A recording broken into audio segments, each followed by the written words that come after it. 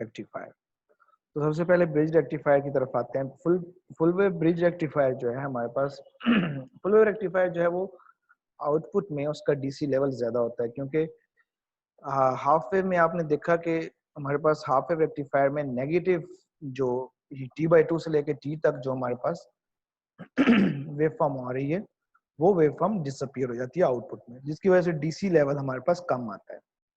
क्योंकि DC level जब हम मेजर करते हैं तो सर्टेन टाइम एक टाइम पीरियड के ऊपर मेजर करते हैं। फॉर एग्जांपल 0 से T तक अगर मैं डीसी लेवल देखूं तो फुल वेव रेक्टिफायर का डबल होगा हाफ वेव रेक्टिफायर से, क्योंकि हाफ वेव रेक्टिफायर में हमारे पास एक वेव जो है वो अपीयर नहीं होती।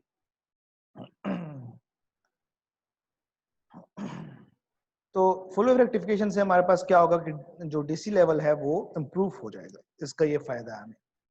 तो जैसे कि आपको डायग्राम में नजर आ रहा है कि यहाँ पे 4 डायोड्स कनेक्टेड हैं बैक टू बैक। ये एक डायोड कनेक्टेड है D2, D3 और D4, और आउटपुट वोल्टेज जो हम लोड के क्रॉस ले रहे हैं वो एक ब्रिज की तरह कनेक्टेड है, इसीलिए इसको हम फुल वेव ब्रिज रेक्टिफायर कहते हैं। तो ये इनपुट इसके ऊपर अप्लाई करेंगे तो अगर आप इनपुट देखें तो फर्स्ट वेव फॉर्म जब आपके पास आ रही है तो आपके पास यही पोलैरिटी होगी, प्लस से माइनस। तो प्लस से माइनस में क्या होगा, यही पोलैरिटी होगी, क्योंकि पॉजिटिव वेव आई है आपकी 0 से लेके T/2 तक जब हम वेव देखते हैं तो हमारे पास पॉजिटिव इस तरह अप्लाई होगी VI की पोलैरिटी, जबकि T/2 से T तक जो है हमारे पास पोलैरिटी रिवर्स हो जाएगी। जब 0 से लेके टाइम पीरियड T/2 तक हमारे पास ये पोलैरिटी होगी, तो यहाँ पे आप देखें कि पॉजिटिव जो है वो यहाँ पे पॉजिटिव है तो यहाँ पे भी हमारे पास क्या होगा, पॉजिटिव होगा, क्योंकि ये सेम नोड है, और यहाँ पे हमारे पास नेगेटिव होगा। तो यहाँ पे अगर आप देखेंगे जो पॉजिटिव है वो अगर पी टाइप के साथ कनेक्टेड है तभी डायोड हमारे पास फॉरवर्ड बायस होगा। तो ये वाला डायोड होगा हमारे पास फॉरवर्ड बायस होगा, जबकि ये वाला डायोड हमारे पास रिवर्स बायस होगा। तो रिवर्स बायस क्यों होगा, क्योंकि पॉजिटिव जो है एन टाइप के साथ कनेक्टेड है, इसलिए ये रिवर्स बायस है, इसलिए ये डायोड कंडक्ट नहीं करेगा। हम कहते हैं कि इधर से सर्किट क्या हो जाएगा, ओपन हो जाएगा, यहाँ से करंट फ्लो नहीं करेगा। तो D2 के थ्रू करंट फ्लो करेगा, आर में से पास होगा। और अगर आप नेगेटिव साइड देखें तो नेगेटिव साइड क्या है कि हमारे पास पी टाइप जो है वो नेगेटिव के साथ D4 की डायोड 4 की पी टाइप जो है नेगेटिव के साथ कनेक्टेड है, इसलिए ये हमारे पास रिवर्स बायस है, ये सर्किट यहाँ से ओपन हो जाएगा। लेकिन यहाँ पे दूसरी साइड D3 को अगर हम देखें तो उसकी नेगेटिव साइड जो है वो एन टाइप के साथ कनेक्टेड है, इसलिए फॉरवर्ड बायस होगा, तो यहाँ पे करंट फ्लो करेगा। तो करंट की डायरेक्शन में यहाँ पे रेड कलर में शो कर रहा हूँ कि करंट की डायरेक्शन हमारी ऐसी होगी, D1 और D4 कंडक्ट नहीं करेंगे। सिर्फ फर्स्ट हाफ वेव में क्या होगा कि D2 और D3 कंडक्ट कर रहे हैं। तो एक बात ये आप नोट कर लें कि कौन कौन से डायोड जो है वो कंडक्ट करेंगे। ये 2 डायोड कंडक्ट करेंगे। अभी हमने देखा कि D2 और D3 जो हमारे पास टाइम पीरियड 0 से लेके 2 तक है, मतलब कि पॉजिटिव हाफ है। तो इसके बाद हम चलते हैं नेगेटिव हाफ की तरफ कि नेगेटिव हाफ में क्या होगा। तो नेगेटिव हाफ में आप देखें T2 से लेके T तक हमारे पास पोलैरिटी जो है रिवर्स हो जाएगी, मतलब ये पॉजिटिव की जगह नेगेटिव आ जाएगा और नेगेटिव की जगह पॉजिटिव आ जाएगा। तो जब रिवर्स पोलैरिटी होगी तो हमारे पास तो नेगेटिव जो है वो पी टाइप के साथ कनेक्टेड है, तो D2 जो है वो कंडक्ट नहीं करेगा, क्योंकि यहाँ पे नेगेटिव है और यहाँ पे पॉजिटिव है। तो कौन सा डायोड फॉरवर्ड बायस है, ये रिवर्स बायस है, ये कंडक्ट नहीं करेगा। तो यहाँ से हम कहते हैं कि ये ओपन सर्किट होगा, कि ये कंडक्ट नहीं कर रहा, करंट नहीं फ्लो होगा। तो इस साइड पे अगर आप देखें तो नेगेटिव साइड पे अगर, तो यहाँ पे नेगेटिव साइड जो है वो एन टाइप के साथ कनेक्टेड है, तो D1 कंडक्ट करेगा। इस तरह D3 को चेक करते हैं। D3 जो है पॉजिटिव साइड एन टाइप के साथ कनेक्टेड है, तो ये रिवर्स बायस हो गया हमारे पास, तो ये कंडक्ट नहीं करेगा। तो इसको हम कहते हैं ये क्या, ओपन सर्किट। जबकि यहाँ पे पी टाइप जो है पॉजिटिव के साथ कनेक्टेड है, तो ये डायोड कंडक्ट करेगा। तो हमने देखा जो T2 से T तक जो टाइम पीरियड है नेगेटिव साइकिल है, उसमें D1 और D4 कंडक्ट कर रहे हैं, जबकि D3 और D2 कंडक्ट नहीं कर रहे। तो ये अभी हमने देखा कौन कौन से डायोड जो है वो पॉजिटिव साइकिल में कंडक्ट करेंगे ब्रिज रेक्टिफायर के, कौन कौन से डायोड नेगेटिव साइकिल में कंडक्ट करेंगे। अभी हम आते हैं इसकी आउटपुट वेव फॉर्म में कि इसकी आउटपुट वेव फॉर्म कैसे डबल होगी हाफ वेव रेक्टिफायर से।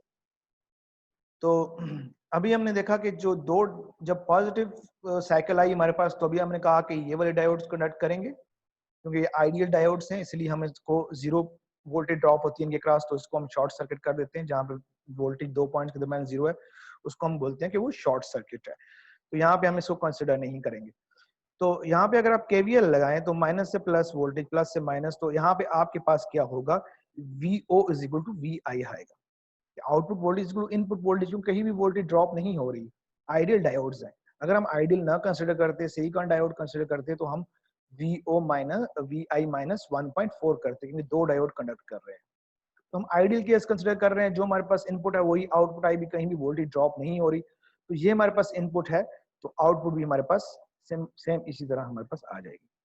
तो हम जाते हैं नेगेटिव साइकिल की तरफ। तो जब नेगेटिव साइकिल होगी तो ये दोनों डायोड जो पहले कंडक्ट कर रहे थे, जैसे कि अभी हमने लास्ट स्लाइड में देखा, वो कंडक्ट नहीं करेंगे, बल्कि अपोजिट वाले 2 डायोड्स कंडक्ट करेंगे। जब ये कंडक्ट करेंगे तो हमारे पास यहाँ पे पोलैरिटीज चेंज होगी। अगर हम केवीएल लगाएं तो यहाँ पे VO is equal to minus VI आता है, मतलब कि VI जो है उसके साथ माइनस आएगा अगर हम केवीएल लगाएं, क्योंकि यहाँ पे देखें कि पोलैरिटीज रिवर्स होगी। तो VO is equal to minus VI जब हमारे पास आएगा, तो उसका मतलब है कि जो नेगेटिव साइकिल है वो क्या है, यहाँ पे क्या माइनस VM है, क्योंकि ये इस माइनस वाली साइड है, 0 से नीचे है VM इसकी वैल्यू। तो माइनस VM को माइनस से दोबारा जब मल्टीप्लाई करेंगे तो आपके पास प्लस VM आएगा। तो दूसरी वेव फॉर्म भी हमारे पास क्या आएगी, पॉजिटिव में ही आएगी इस नेगेटिव, क्योंकि VO is equal to minus VI है। जो भी वेव फॉर्म है आपके पास, उसको माइनस से मल्टीप्लाई करेंगे तो वो इन्वर्ट हो जाएगी। तो ये वेव फॉर्म थी, तो ये इन्वर्ट होके पॉजिटिव में हमारे पास आ गई। तो इसीलिए ये फुल वेव जो ब्रिज रेक्टिफायर है, ये हमारे पास देखें तो यहाँ पे हाफ वेव में एक वेव आती थी, लेकिन यहाँ पे 2 वेव्स, दोनों वेव्स आएंगी। तो अब आते हैं इसके डीसी लेवल की तरफ। जैसे कि आपको पता है कि जो हाफ वेव रेक्टिफायर है उसका डीसी लेवल क्या था, 0.318 इंटू VM।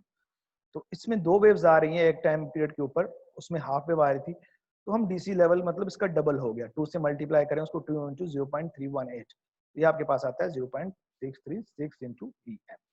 तो अगर आपको रेक्टिफायर के अंदर VM की वैल्यू गिवन हो, ये VM, अच्छा बाज दफा ऐसे होता है कि हमारे पास ये आउटपुट का VM इनपुट के VM के इक्वल नहीं होता। फॉर एग्जांपल यहाँ पे मैंने ड्रॉप कर दिया 1.4, फॉर एग्जांपल 0.7, यहाँ पे 0.7 यहाँ पे ड्रॉप होगा, तो आउटपुट का जो VM होगा वो इनपुट के VM से 1.4 कम होगा। या यहाँ पे मैं रजिस्टर कनेक्ट कर देता हूँ एक यहाँ पे, तो वो भी ड्रॉप करेगा। तो इसी तरह आउटपुट का VM और इनपुट का VM बाज दफा डिफरेंट होता है, लेकिन इस केस में सेम है, क्योंकि कोई वोल्टेज ड्रॉप नहीं हो रही। तो यहाँ पे जो डीसी लेवल में हम VM लेते हैं, ये आउटपुट वेव का लेते हैं, इनपुट वेव का नहीं। ये बात आपने ज़हन-नशीन करनी है। तो अगर तो मैं क्या करूं कि नॉन आइडियल केस है, तो मैंने अभी बता दिया कि क्या होता है, हर दफा कितने डायोड्स कंडक्ट कर रहे हैं, 2 डायोड्स कंडक्ट कर रहे हैं, तो उन 2 की वोल्टेज में माइनस करूंगा अगर मेरे पास नॉन आइडियल केस है। जैसे अगर for example silicon diodes 4 connected हैं, तो मेरे पास आउटपुट वोल्टेज क्या होगी कि अगर ये दोनों सिलिकॉन डायोड्स हैं, हमारे पास आइडियल डायोड्स नहीं है, तो 0.7 ये ड्रॉप करेगा, 0.7 ये ड्रॉप करेगा, VO is equal to VI minus 2 into 0.7। यहाँ पे VK जो है वो डायोड के क्रॉस वोल्टेज ड्रॉप है। तो ये हमने ऐसे लिया, VI माइनस, ये नॉन आइडियल केस है। जिस केस में हम क्या करेंगे कि अगर ये सिलिकॉन डायोड है तो उसको हम वोल्टेज ड्रॉप कंसिडर करेंगे, तो VK इज इक्वल टू, या वोल्टेज सोर्स आप कह सकते हैं, ऑपोजिट पोलैरिटी होगी, KVL लगाते हुए ये ड्रॉप ही होगा। VK is equal to 0.7 volt. तो 2 डायोड कंडक्ट कर रहे हैं, हाफ वेव रेक्टिफायर में ये एक डायोड कंडक्ट कर रहा था, तो ड्रॉप भी एक आएगी। यहाँ पे 2 डायोड कंडक्ट कर रहे हैं, तो ड्रॉप 2 दफा आएगी, 2 इंटू VK।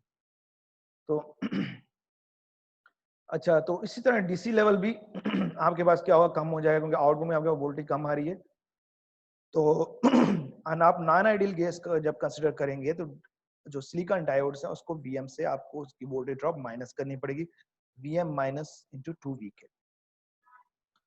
अच्छा, इसके बाद हम आते हैं peak inverse voltage of bridge rectifier. जैसे कि आपको पता है कि डायोड फॉरवर्ड बायस में 0.7 वोल्ट ड्रॉप करता है, तो रिवर्स बायस में, ठीक है, उसको हम वोल्टेज जितनी भी अप्लाई करें वो कंडक्ट नहीं करेगा, लेकिन एक लेवल ऐसा आता है कि उसकी जो वोल्टेज है वो, उसका बैरियर टूट जाता है। हम कह सकते हैं कि अगर हम उसको बहुत ज्यादा वोल्टेज अप्लाई करेंगे तो तब वो कंडक्ट कर सकता है। तो इस वोल्टेज का हम ख्याल रखना है कि रेटिंग हमने ऐसी देनी है ताकि रिवर्स में करंट ना फ्लो कर सके।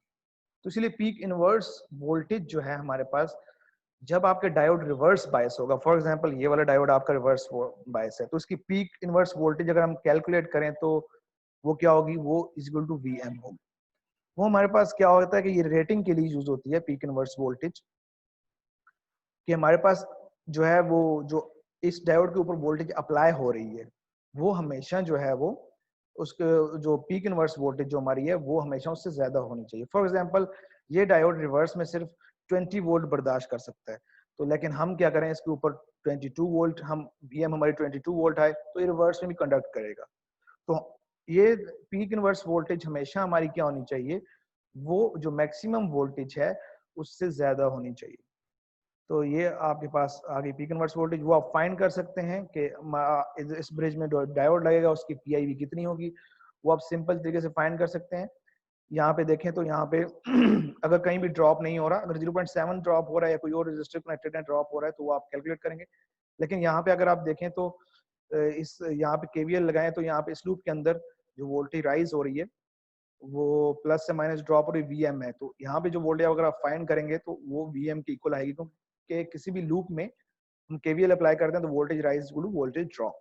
तो इसीलिए हमारे पास ये वीएम आई है, तो हमारे पास इस डायोड की वैल्यू जो है वो जो रिवर्स वोल्टेज है आप कह सकते हैं पीक इनवर्स वोल्टेज है वो वीएम से ग्रेटर होनी चाहिए।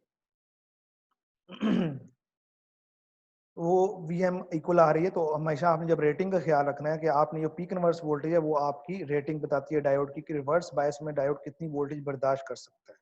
तो पीक इनवर्स वोल्टेज आप कैलकुलेट करके रख देंगे, आप कहेंगे कि इस रेक्टिफायर के लिए फॉर एग्जांपल ये वीएम 20 वोल्ट है तो इस रेक्टिफायर में वो डायोड कनेक्ट होगा जो 20 वोल्ट से ज्यादा वोल्टेज बर्दाश्त कर सकता है रिवर्स बायस में।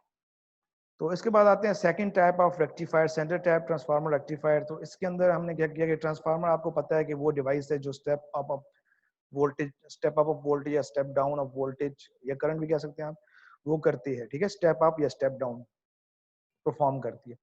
यहाँ सिटी से मतलब है सेंटर टैप, हमने ट्रांसफार्मर को क्या किया, सेंटर टैप कर दिया, ठीक है। यहाँ पे फॉर एग्जांपल मैं 12 वोल्ट अप्लाई कर रहा हूँ तो 12 वोल्ट 1:2 से मेरे पास 24 वोल्ट हो जाती है इस साइड पे। तो 24 वोल्ट को फिर मैंने सेंटर टैप करके दोबारा 12 वोल्ट और 12 वोल्ट में डिवाइड कर दिया। तो दोनों साइड पे हमारे पास वोल्टेज क्या होगी, 12 वोल्ट और 12 वोल्ट। फॉर एग्जांपल अगर वी आई 12 वोल्ट है तो वही वी आई यहाँ पे आएगी, क्योंकि यहाँ पे अगर आप इस ट्रांसफार्मर के देखें तो जो सेकेंडरी की नंबर ऑफ टर्न्स हैं वो डबल है प्राइमरी की नंबर ऑफ टर्न्स से। मतलब सेकेंडरी की नंबर ऑफ, तो सेकेंडरी पे यहाँ से लेके इस पॉइंट से लेके इस पॉइंट से लेके इस पॉइंट से लेके इस पॉइंट तक जो वोल्टेज होगी वो इनपुट में मुझे वी आई मिल रही है, इस 1:2 की वजह से आउटपुट में इस दोनों पॉइंट्स के दरमियान मुझे 2 वी आई मिल रही है। मतलब अगर 10 वोल्ट है तो आउटपुट में 20 मिलेगी, लेकिन यहाँ पे सेंटर टैप करके मैंने दोनों वोल्टेज को डिवाइड कर दिया, वी आई ऊपर आ गई और वी आई नीचे। फॉर एग्जाम्पल अगर 20 वोल्ट दूंगा तो 20 वोल्ट ऊपर आ जाएगी, 20 वोल्ट नीचे। तो इसका सेंटर टैप का ये फायदा है कि सेम लेवल ऑफ वोल्टेज दोनों डायोड्स को मिलेगी। तो यहाँ पे क्या होगा, हमारे पास जब पॉजिटिव वेव आएगी तो उसी तरह क्या होगा कि जब पॉजिटिव वेव हमारे पास आई है 0 से t/2 तक, जो हम फॉर एग्जांपल ये अप्लाई कर रहे हैं, तो मेरे पास जब पॉजिटिव वेव आई है तो मेरे पास क्या होगा कि ये पोलैरिटीज होंगी। ये पॉजिटिव वेव, ये जो इसकी बात कर रहा हूँ, ये पॉजिटिव वेव भी आई है तो इसकी पोलैरिटीज ये होंगी। तो हमारे पास क्या होगा कि ये डायोड फॉरवर्ड बायस है, इसको क्योंकि पॉजिटिव जो है वो पी टाइप के साथ कनेक्टेड है, ये डायोड रिवर्स बायस है तो ये डायोड कंडक्ट नहीं करेगा, जबकि ये डायोड कंडक्ट करेगा और आपका करंट का फ्लो इस तरह होगा। तो अगर इसको हम आइडियल कंसिडर करते हैं तो कोई भी ड्रॉप नहीं होगी, VO is equal to V I. जैसे ही आपके पास इनपुट आ गई वैसे ही आपके पास आउटपुट आ जाएगी। तो वैसे ही आपके पास आउटपुट आएगी। जब हमारे पास नेगेटिव वेव फॉर्म आएगी, ठीक है, जब नेगेटिव वेव फॉर्म आएगी तो हमारे पास क्या होगा, हम इसको जरा देखते हैं। जब पॉजिटिव वेव फॉर्म आई है तो मेरे पास आउटपुट ये आ गई। जब नेगेटिव वेव फॉर्म आई है, क्योंकि मैंने अभी आपको बताया ये वाला डायोड कंडक्ट करेगा, ये कंडक्ट नहीं करेगा, तो नेगेटिव वेव फॉर्म आई है तो नेगेटिव वेव फॉर्म में क्या होगा, अगर हम इधर यहाँ पे देखें तो मैं इस वेव फॉर्म की हाफ वेव की बात करूँ, नेगेटिव हाफ की, तो नेगेटिव हाफ में पोलैरिटीज अपोजिट रहेगी, ये माइनस हो जाएगा, ये प्लस, ये माइनस, ये प्लस, क्योंकि इनपुट हमारे पास क्या होगी, अपोजिट हो गई है, तो उसके क्रॉस ये पोलैरिटीज भी अपोजिट होगी। तो प्लस आएगा तो यहाँ पे माइनस जो है पी टाइप से कनेक्टेड है तो ये डायोड कंडक्ट नहीं करेगा, जबकि डी यहाँ पे पी टाइप जो है पॉजिटिव के साथ कनेक्टेड है तो ये डायोड कंडक्ट करेगा। ये सारी जो थ्योरी है वो यहाँ पे लिखी है, जो मैं अभी आपको मैंने एक्सप्लेन की। तो ये करंट जो है ये ऐसे फ्लो करेगा इस साइड पे। पोलैरिटी अपोजिट है, तो मेरे पास जो आउटपुट वोल्टेज आएगी वो is equal to minus into V I I. तो मतलब जो भी मेरे पास वी आई वोल्टेज, अभी V I voltage second half के लिए ये है जो ऑलरेडी नेगेटिव है, इसको दोबारा मैं नेगेटिव के साथ मल्टीप्लाई करूंगा तो ये पॉजिटिव हो जाएगी। तो V O is equal to V I ही आएगा हमारे पास। तो हम कह सकते हैं कि जो सेकंड वेव आएगी वो भी बिल्कुल इसी तरह आएगी मेरे पास, जो सेकंड हाफ वेव आएगी तो वो भी मेरे पास फुल ब्रिज रेक्टिफायर की तरह ये आ जाएगी इस तरह। तो डीसी लेवल फुल वेव का और सेंटर टैप का ऑलमोस्ट सेम होगा आइडियल केस में, तो और नॉन आइडियल केस में कम होगा क्योंकि वहां पे 2 डायोड कंडक्ट कर रहे हैं, यहाँ पे 1 डायोड कंडक्ट कर रहा है। तो ये था हमारा सेंटर टैप ट्रांसफार्मर और ब्रिज रेक्टिफायर। इसके बाद नेक्स्ट सेक्शन है, हम थोड़ा से इससे रिलेटेड जो है वो थोड़े से प्रॉब्लम सॉल्व करेंगे रेक्टिफायर से रिलेटेड नेक्स्ट लेक्चर में।